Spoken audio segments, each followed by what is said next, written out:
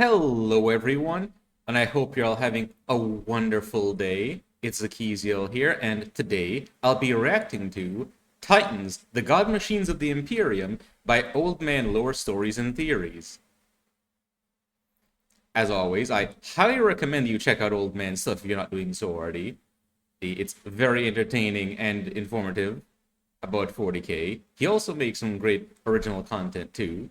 But without further ado, let's get into the video. All the damn captains in the fleet, I get this one. I swear this is punishment from the Militarum. Scarlet! Scarlet! Scarlet!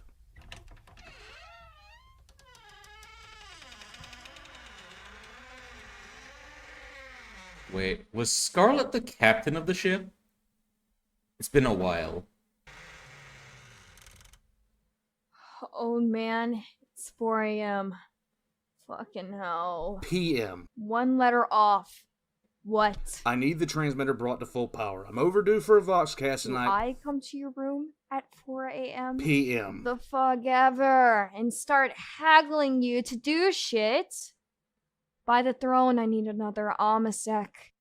No, but 1, you're the captain of this ship. 2, you need a recap, not more liquor. And 3, you need to get some help for this alcohol problem. Yeah, I do. Help me get another Amasek and I won't have a problem. Turn off that light on your head, though. It's too damn bright. It's only a problem when she runs out. That's the light shining off my head. Heh. No wonder you wear a hat and all. Can you just turn on the transmitter? We should have a few lights flashing on your forehead all the time. We'd save so much power! Scarlet! Nope. Captain Verletta. Fine then, Captain Verletta. Can you please just turn on the transmitter so I can get to my Voxcast? Will it get you to fuck off for at least 2 days? At least. Fine. Fuck off! I'm not even gonna ask why she was dressed like a unicorn.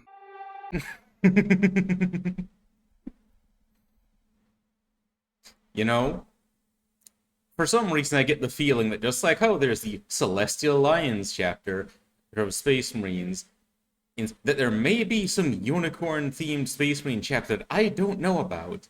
And if so, I'm imagining that she might have been captain on one of their ships for a while.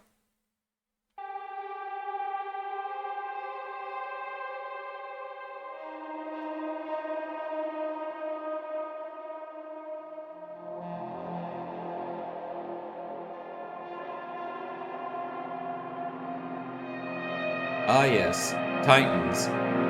Or as some people know them, when you won't go to church, so instead the church comes to you. The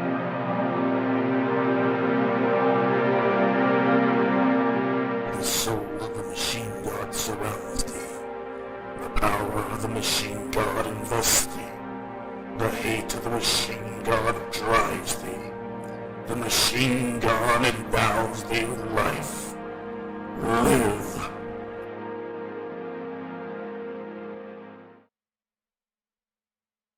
Everybody gangs until the church rolls up on you, son! Brah, brah.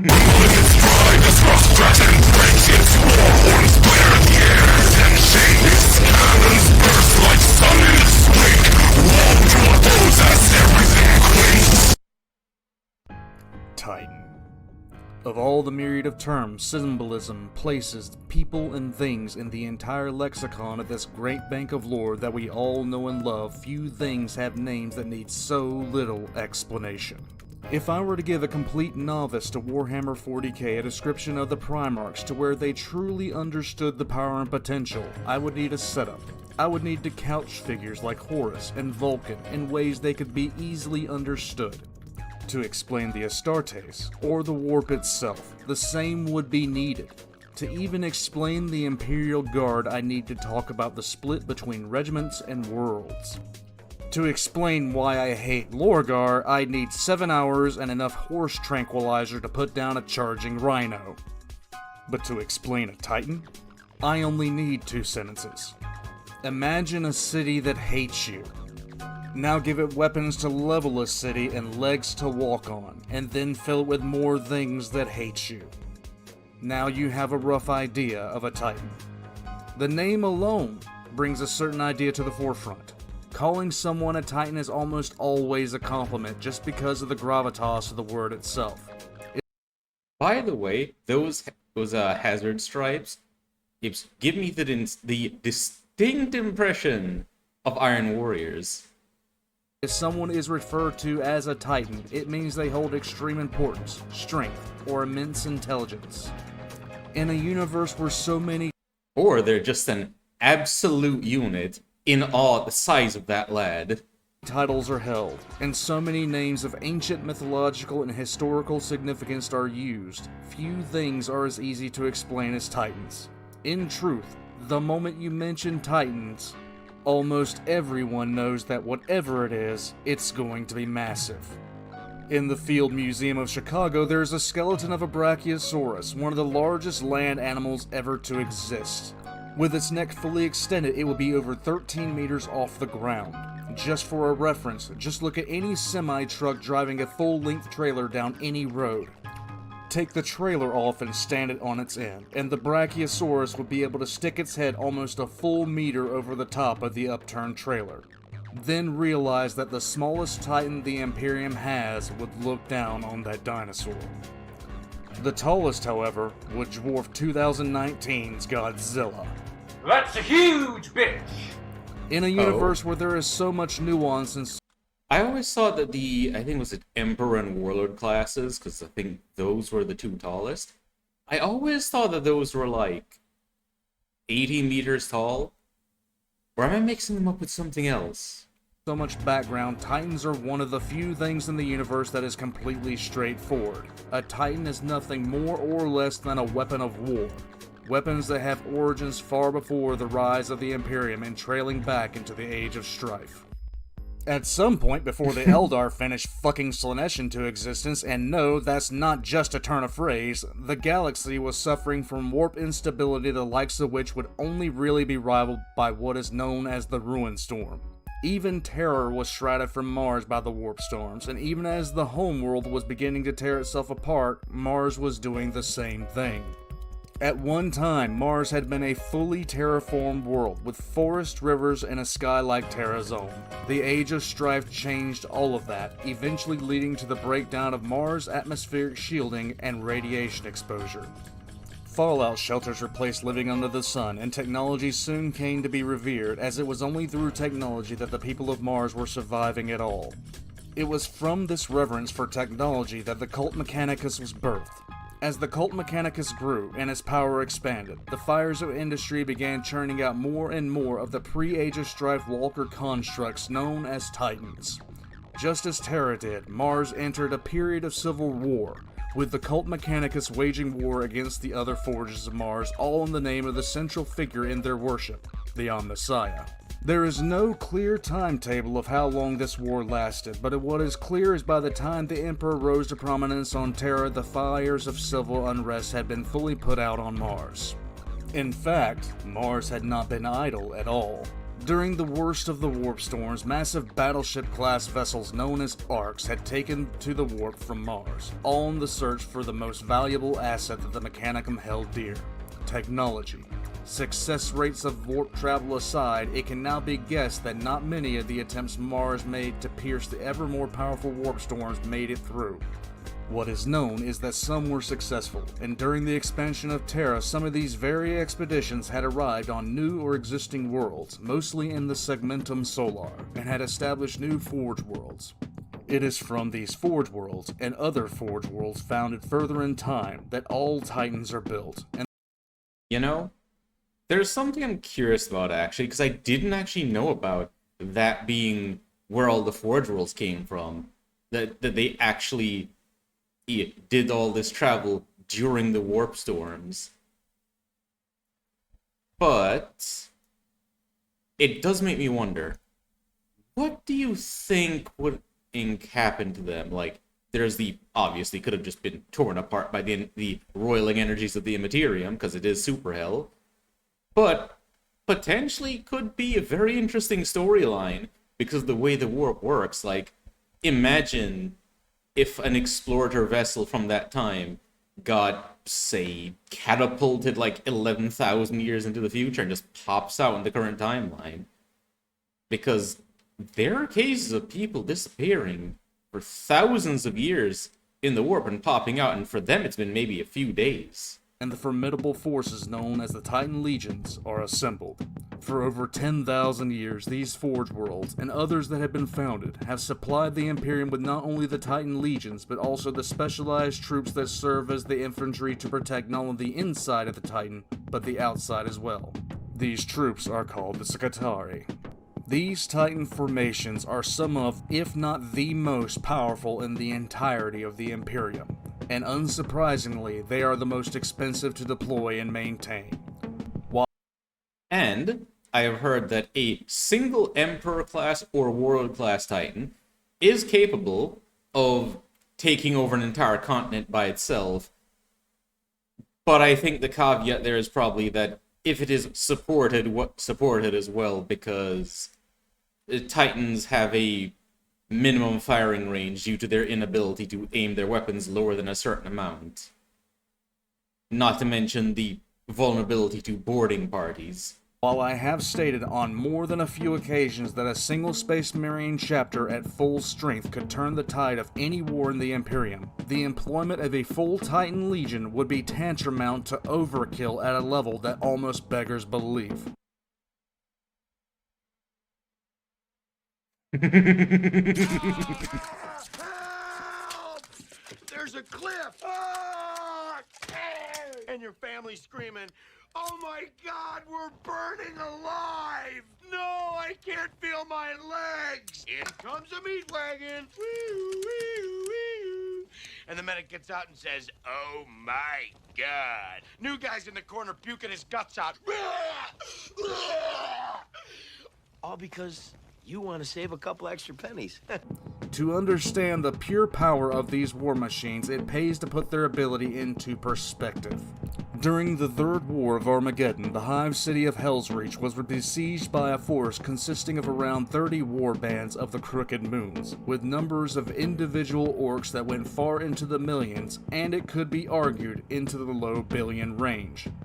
Close to 120 Gargants of equal power to a Warlord Titan were employed, including one Gargant that was even larger than an Imperator-class Titan, which is the largest class of Titan. And the city was attacked by Emperor alone knows how many tanks, submersibles, artillery, and troop transports. Defending it were the men and women of the Armageddon Steel Legion, Hive Militia, 100 Black Templars, and 19 Imperial Titans from Legio Invigilata. Even against these massive odds, most of the Gargants sent against the city were destroyed. Most of the war bands had also been destroyed, and the orcs lost so much in terms of manpower as well as materials that even though they technically won the hive, they were forced to retreat from it. The final 5 Titans of Legio Invigilata were eventually eliminated on the final few days of the assault, and it took one of the largest Gargants ever constructed to do it. With the 19 Titans having been in the front lines for the entirety of the siege and having fought over 6 times their number in an endless string of battles, the ones that were even still functional needed extensive repairs. After a full in addition to it taking the largest Gargant the orcs had, it also was due to I think it was Moderati figuring, hey, we're close enough of fires before finishing in the firing solution. Misses. full solar week of constantly fighting in the Rostock Ironworks, a battle that cost 7 Titans. They were preparing to return to their landers for rearm, refit, and refurbishment. They were not about to get this break, however, as a mega Gargant named Godbreaker, a Gargant so powerful it had leveled a small hive city by itself, appeared on their Auspex trackers. Godbreaker, in the end, was responsible for destroying a full third of the Titans that had defended Hellsreach, including the final blow that brought down Stormherald, an Imperator-class Titan. This was only possible after weeks of brutal action, which had left the Titans of Legio and Vigilata depleted. If Godbreaker, a mega gargant that had leveled a hive city which had stood against an orc siege for over a month without bending in less than 5 hours, had encountered Storm Herald upon the Imperator's first few days of combat, Godbreaker would have been almost laughably easy prey to the massive Imperial Titan. As it stood, the orc machine only survived because of a poor decision brought on by exhaustion and arrogance. Godbreaker itself was later destroyed by a Black Templar who decided to pull a Blood Raven and stole a relic from the Mechanicus. Be sure to lock the reliquary. And where did you come from? Oh, the door was wide open. 19 Titans of various size, with only a... You know, I kind of wonder if the Blood Ravens have ever just climbed inside of, I don't know, some equivalent of a Trojan horse. They end up getting locked inside the reliquary. And then they just grab stuff and then actually, I wonder how many Space Marine Terminators could fit in there. Or maybe they put like a locator beacon and to allow for deep strikes via teleportation in there. But that aside, lots of ways to get past the door without breaching it. Single Emperor class Titan, and at least half of them being Scout class, had held out against 6 times their number and destroyed almost all of them. To truly consider Titans and how they are employed, and how to actually explain their deployments, it's best to compare them not to ground units such as tanks or artillery, and more appropriate to compare Titans to naval units such as frigates and battleships. This comparison may seem strange, but it is entirely fitting. Naval vessels hold 3 major classifications: battleship class, cruiser class, and escort class. Likewise, Titans hold 3 major classifications: Emperor class, Battle class, and Scout class. This classification similarity also carries down to how these units are deployed, with deployments of Titans mimicking those of the fleet. Just as a Luna-class cruiser would never be deployed without an accompanying force of escorts consisting of frigates and destroyers, a Warlord-class battle Titan would never find itself without a screening force of smaller Scout Titans to watch its flanks. The reason for this is very simple, and it comes down to the fact that no matter how large or well protected a Titan may be with its own self-defenses, it can be rendered vulnerable if an opponent with weapons powerful enough to hurt it can manage to keep away from that Titan's own primary weapons, or if it finds itself swarmed by a legion of smaller attackers.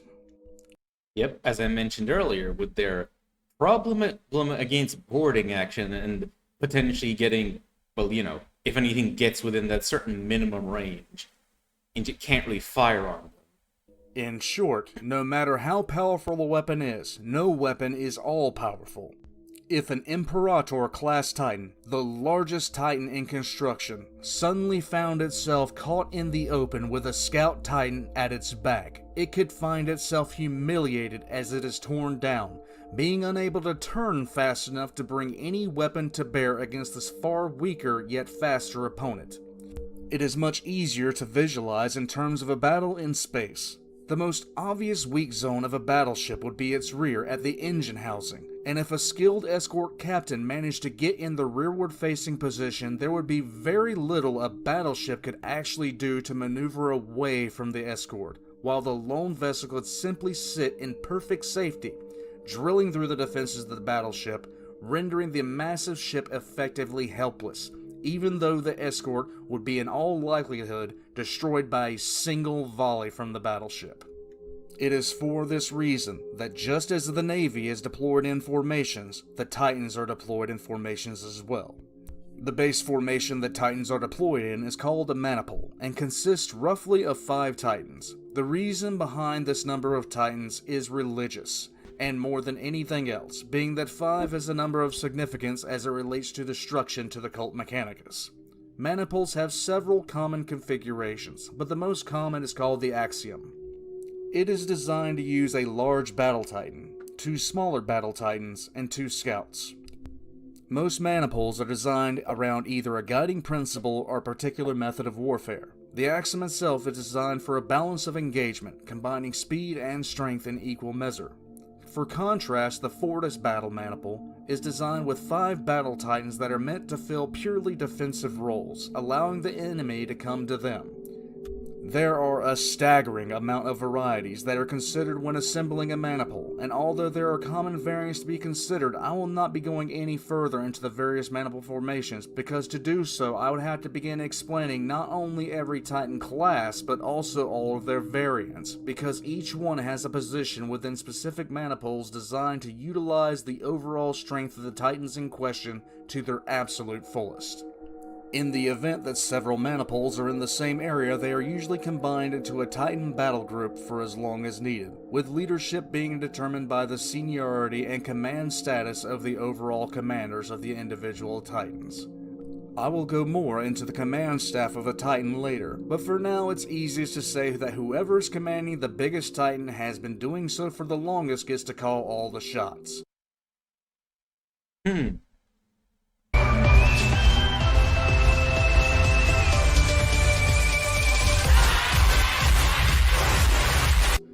But one question that is often asked and is seldom answered. So, orc logic, basically. You ever wonder why we're here? Nope. How are Titans actually deployed to a planet that is being attacked? Defensively, it's easy enough to speak of how Titans would act, simply walking out of their maintenance base to engage the enemies of the Imperium. But how would a Titan being brought to a world be deployed to attack it? Whenever the Imperium assaults a planet, or when any of the myriad races assault a planet for that matter, one of the first things that must be done for a successful invasion is to eliminate ground-to-air capability. There are ways to completely bypass this, and the Space Marines are a fantastic example, using their drop pods and Thunderhawks, which typically evade most incoming ground fire. The Titan lead.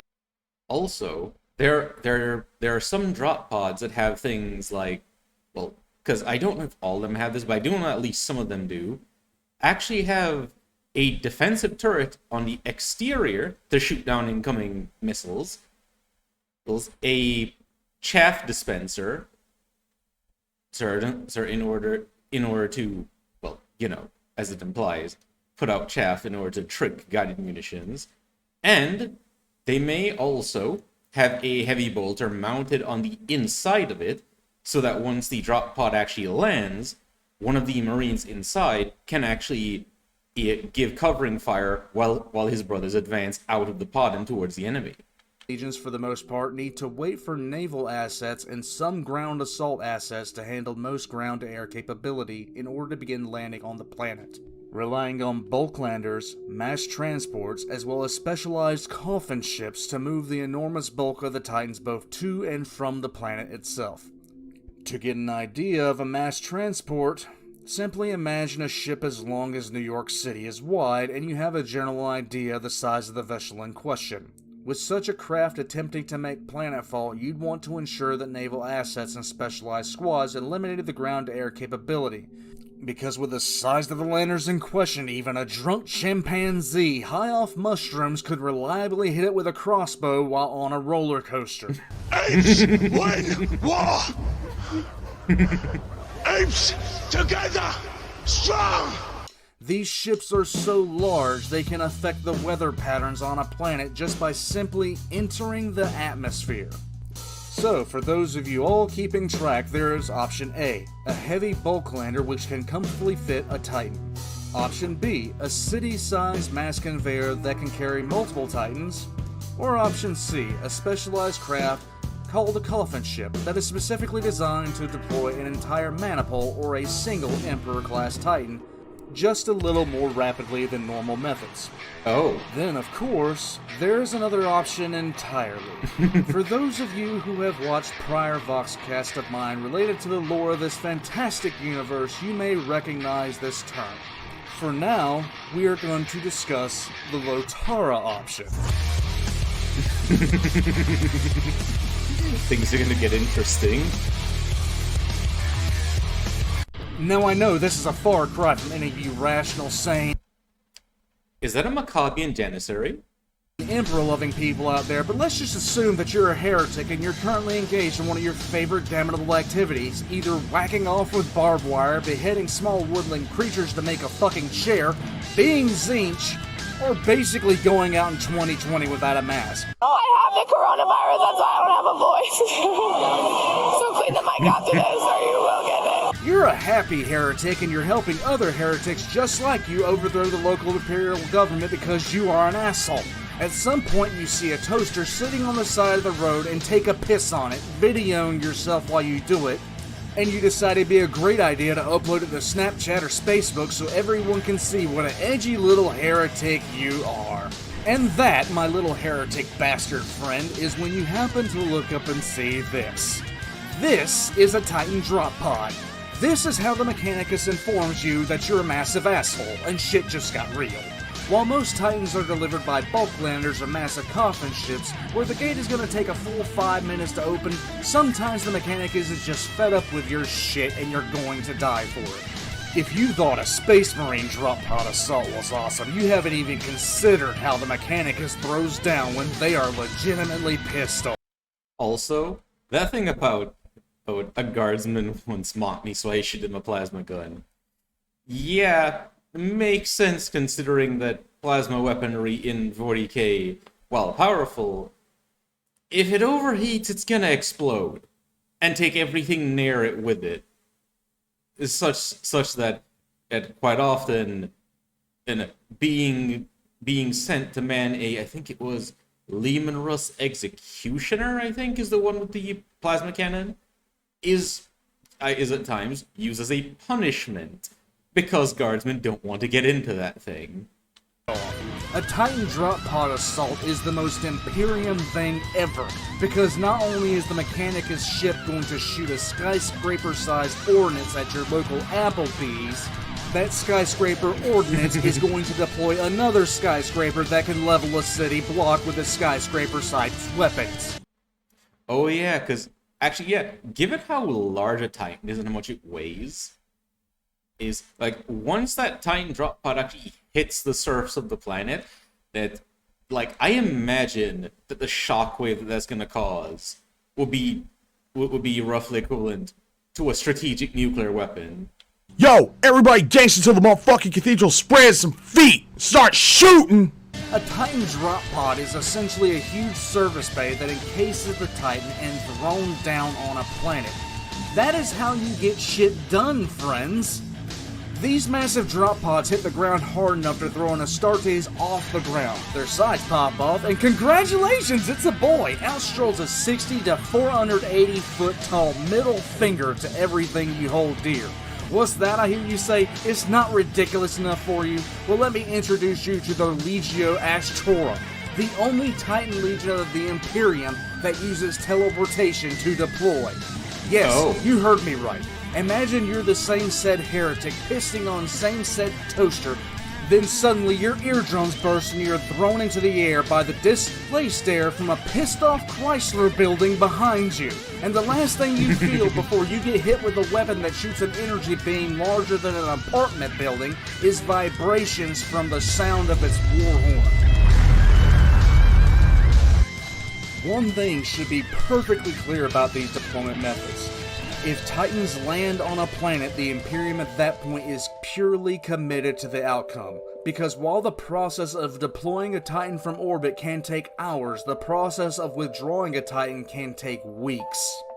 The sheer resources involved in landing a Titan consists of placing a fully functional mechanic bay that will hold the Titan, enabling repairs to be conducted on planet, as well as all the parts and personnel that such a bay would require. To give some real-world context, imagine a US Navy frigate, a dry dock that could fit it, all the cranes and gantries that would not only support it but used in its repair, and all weapons and ammunition to replenish it several times over, as well as parts to repair damage. Take all of that, make it mobile, and drop it from orbit. And simply imagine the time it would take to move all of that from the East Coast to the West Coast. Now imagine the time and effort it would take to transport all of that into space. This is the level of pure commitment that deploying even the smallest Titan would take. Well, yeah, makes sense, especially considering that, well, when you're deploying a Titan, gravity is working with you, not against you. Unlike when you're trying to retrieve the thing. This level of commitment varies by the class of Titan, of course, with the smaller Scout Titans taking considerably less effort than would the much larger variants in the Battle Class Titans, and it's seemingly inconsequential compared to that of an Emperor Class Titan.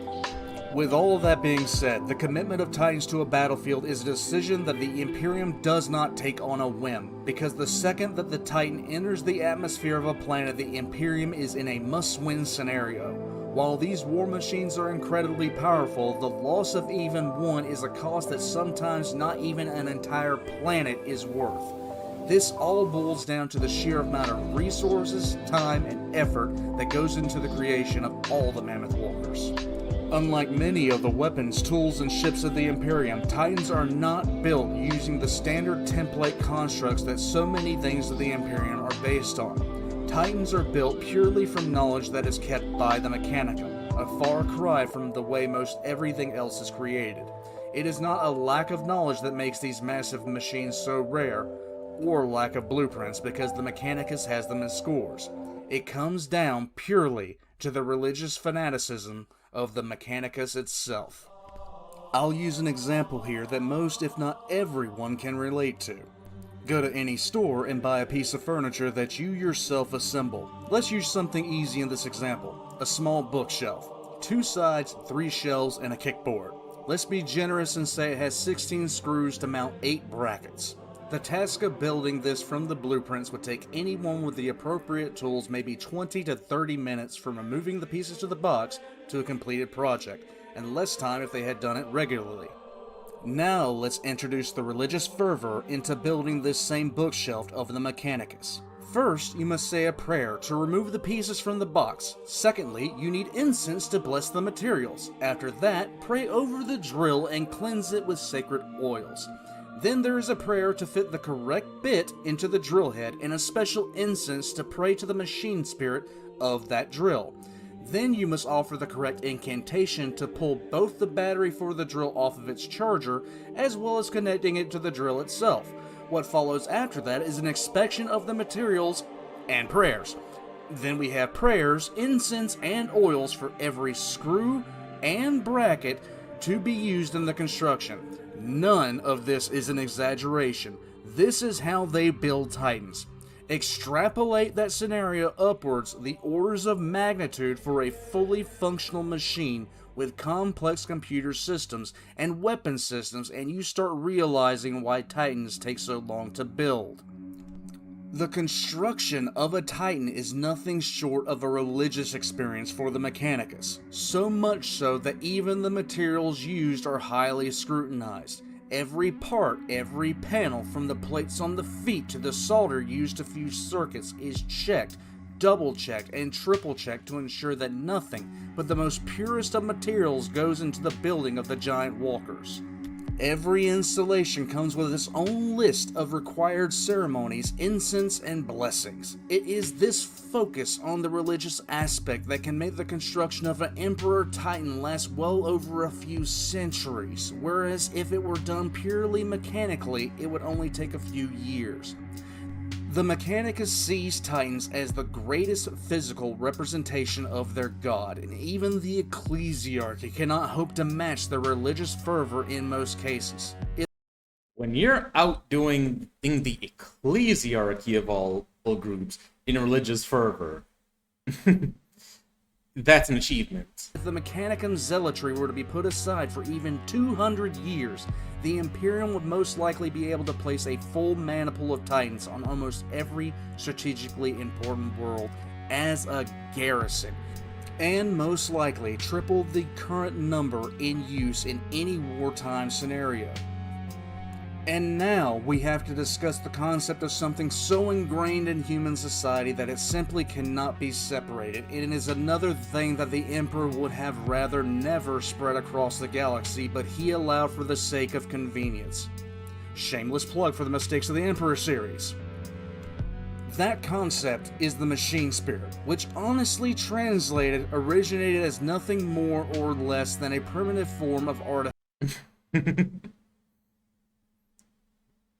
Chaos and Loyalist is Servo Skulls getting it on. Artificial intelligence. I wouldn't honestly inform the tech priests of the Mechanicus of this, however, because they would violently disagree with you with heavy weapons.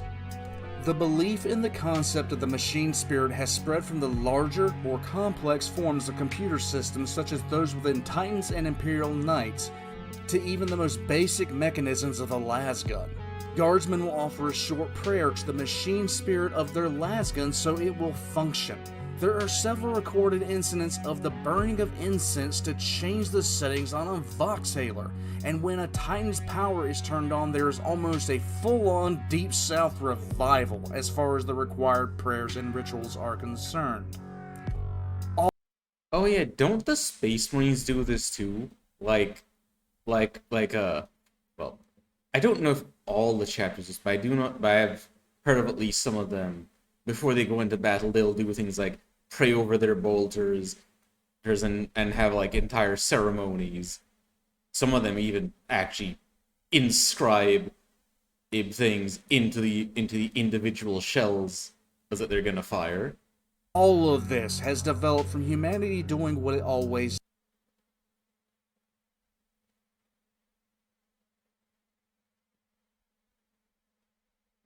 the anthropomorphizing of inanimate objects that we hold distinct familiarity with and associating traits with non-existent feelings or emotions. This was a belief that has roots in the way we act even today, where we will often talk to our vehicles if they start acting up, or in the way we refer to a naval warship as a her. With the implementation of highly advanced computer systems that can autopilot as well as provide threat recommendations as well as a myriad of other functions, it only makes sense that a highly religious organization such as the Mechanicum would take the next step in the train of logics that their beliefs flowed down. The fact that a highly advanced combat computer directly interfaced with the brain of a pilot would be drawing attention to threat parameters is not just the program working as intended. It is in fact the powerful machine spirit of the Titan that wishes to engage the enemy. The rush of emotion coming from the control of the Titan as it moves down the street for the first time isn't the sensation of the pilot in the Mechanicum's eyes, it is the machine spirit glad to be moving again. In truth, most actual things classified as machine spirits are actually artificial intelligences at about the same level of intelligence as a dog, able to carry out simple orders and commands, but the assignment of personality and emotion to these advanced systems are a religious creation and not much else. For example, I think it was was it the Medusa that's the Imperial Guard, or the flak battery? Like if I remember correctly, that is. Oh wait, actually no, I think it was the Hydra actually they called it. Whichever it is, but the one that's a Chimera chassis with quad-barreled flat guns on it. That thing is good at mowing down infantry, as anti-aircraft guns tended to be during World War II. But that aside, it doesn't automatically lock on to low flying targets or ground targets, and both the Imperial Guard, who have picked this up from the Mechanicus, and the Mechanicus themselves, believe that it is because the machine spirit of the vehicle has a distaste for targeting ground targets, and thus just refuses to do so. And that's why they have to manually target infantry if they're going to use it against them. There's a distinct reason why advanced forms of AI that are truly self-aware are banned throughout the Imperium, and it is because typically when a system becomes self-aware, it generally attempts to wipe out humanity as quickly as possible, usually for the purpose of self-preservation. We see this with the only Titan that came with its own STC, the Castigator class, which instantaneously viewed humanity as an existential threat to itself. There are instances recorded of the machine spirit of a vehicle continuing to function well beyond its design parameters, as well as equipment acting very strangely if the correct prayers and rites are not carried out. This stems from another constant of the Warhammer universe.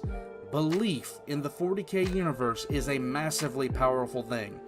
And so many people have believed in machine spirits for so long that quite literally the masses of humanity in their faith may have simply willed them into existence. I know what some of you are thinking, and you're absolutely correct. The truth of the matter is that machine spirits are actually demons that have been prayed into existence and function exactly as they are believed to. Even fully built, armed, and with the most aggressive machine spirit known to exist, there is still one component that the Titan requires: crew. And this crew radically changes in. Yep, and that's why it is as well, I think, that things like, say, the Canticles of the Omnissiah work, where you actually start praying to the machines and things just start happening. In size, the larger the Titan in question gets. Smaller Scout Titans can be crewed by as little as 5, with a supporting group of upwards of 4 servitors. The largest will have a crew of hundreds, as well as a garrison force of Scutari to repel boarders. Aside from the tech priests and adepts you will normally find on board a Titan to ensure the systems continue working at peak efficiency, the ranks on board a Titan's command staff are surprisingly straightforward. Aside from a chief engineer on larger Titans, there are only 2 other primary officer roles. Both of these roles differ drastically from the other roles on board a Titan, primarily because these roles are the only ones who physically interface with the Titan itself. The second most senior in rank is called a Moderate, and there are usually 2 assigned on every Titan to this role. The Moderate's primary responsibility is to oversee certain tasks and orders, such as the firing of weapons and the orders to subsections of the Titan itself. One of the most common ways the Moderate will interface is via the weapon systems or the motive system, being able to monitor the needs and status of these subsystems. These crew members are sometimes in grooming to be promoted to the status of commanding their own Titan, but in many cases these officers will never be promoted to that status. Or if they are given command of a Titan, it's usually one of the smaller ones in the Scout classes. While they are in truth connected to their assigned systems more closely than the overall commander of the Titan, they don't have the deeper bond that the commander does with the Warwalker. The commander of every Titan, from a Scout Titan to the Imperator class Titan, is called the Princeps. The Princeps interfaces directly with the advanced computer, aka the machine spirit, of the Titan. And only 1 in perhaps 10 million will be able to command a Titan at the most basic level, and far fewer still will be able to get through the training process required. Most aspiring Princeps who attempt to interface with a Titan will be driven completely insane on the first try, and the truth of the matter is that everyone who interfaces with a Titan long enough will lose their sanity. It is only a matter of time. So basically I'm trying to find something funny about losing your mind. There's something that makes you lose your head, and I can't find anything right now, so I'm just trying to get through this. I've been at this for 20 hours almost. What do you think would be a good thing for losing your shit? Like your face.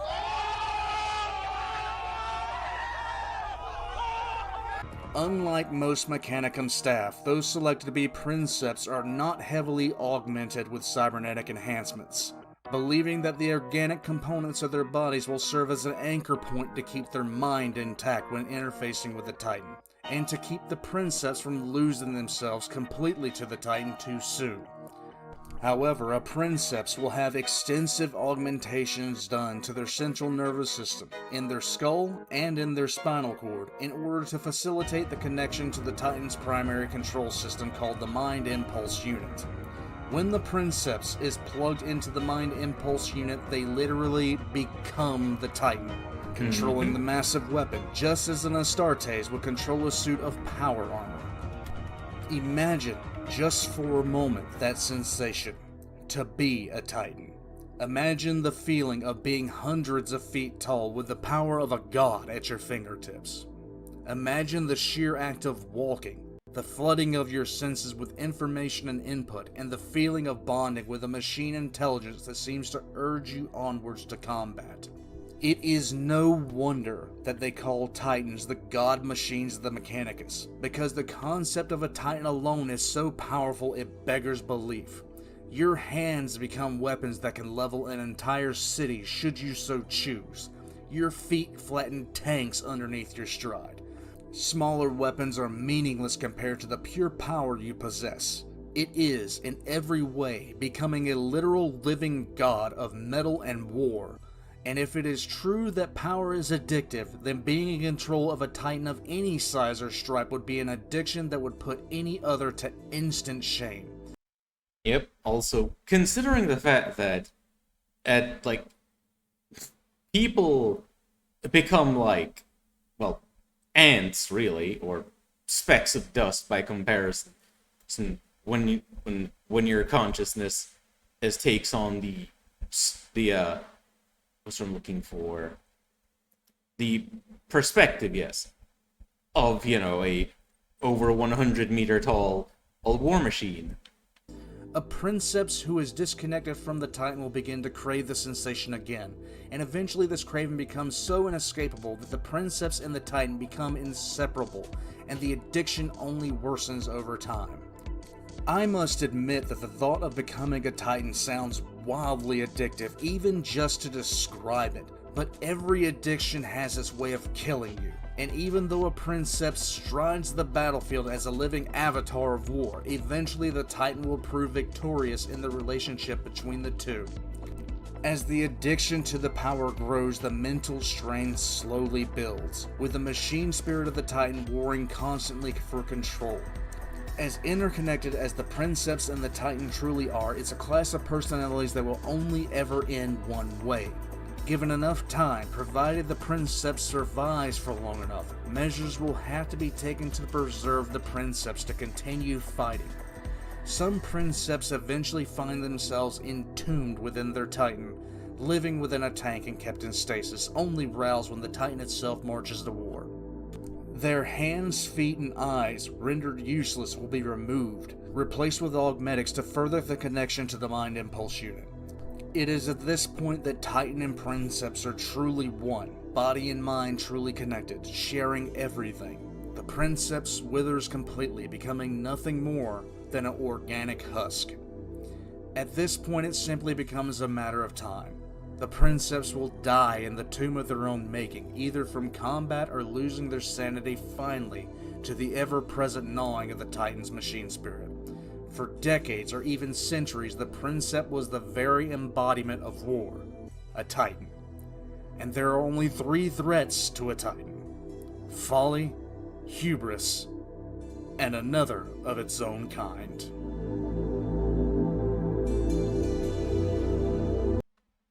On a side note, there are a few Titan killer super heavy vehicles, like, I honestly don't remember which version of Bane this was. It might be the Shadow Sword, or all I know is that it has what is essentially a las cannon on steroids, and probably meth, that allows it to, if it can actually, like, if something like drops the void shields of a Titan first, it'll just burn straight through the armor and take a Titan out with 1 or 2 shots. Of course, it also empties all of its charge after a single shot and cannot fire until it's recharged. So usually that thing sets up somewhere, and you're hoping that that one shot you get off is going to be the killing shot. But that aside, this is fun to watch, and I hope you guys enjoyed watching with me. You should definitely subscribe to Old Man if you haven't done so already. And I'd appreciate if you like, comment, subscribe, and ring the notification bell. It really helps. But until next time, ta-ta!